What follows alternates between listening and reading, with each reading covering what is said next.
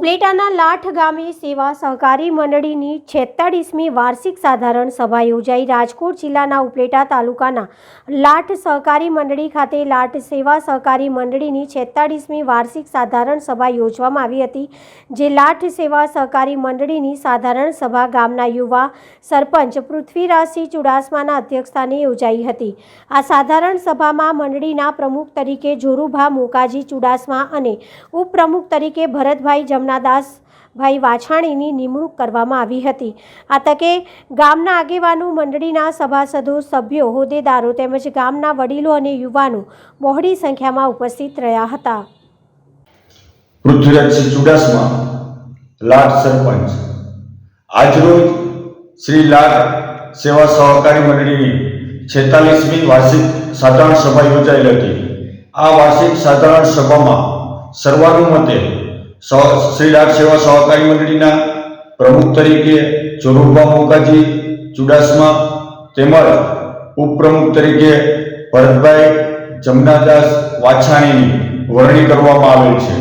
તેમજ આ સાધારણ સભાની અંદર આજુબાજુના ગામના પ્રમુખ મંત્રીઓ ઉપસ્થિત રહ્યા હતા તેમજ ગામના સભાસદો મોટી સંખ્યામાં ઉપસ્થિત રહ્યા હતા અને સૌના સાથ અને સહકારથી શ્રી લાઠ સેવા સહકારી મંડળી આગળના વર્ષોમાં વધુમાં વધુ કઈ રીતે નફો કરે એ હેતુથી આગળનું કાર્ય કરવામાં આવશે એવું શ્રી લાઠ સેવા સહકારી મંડળી દ્વારા ખાતરી આપવામાં આવેલ હતી। બસ એ જ અસ્તુ। વંદે માતરમ। ભારત માતા કી જય।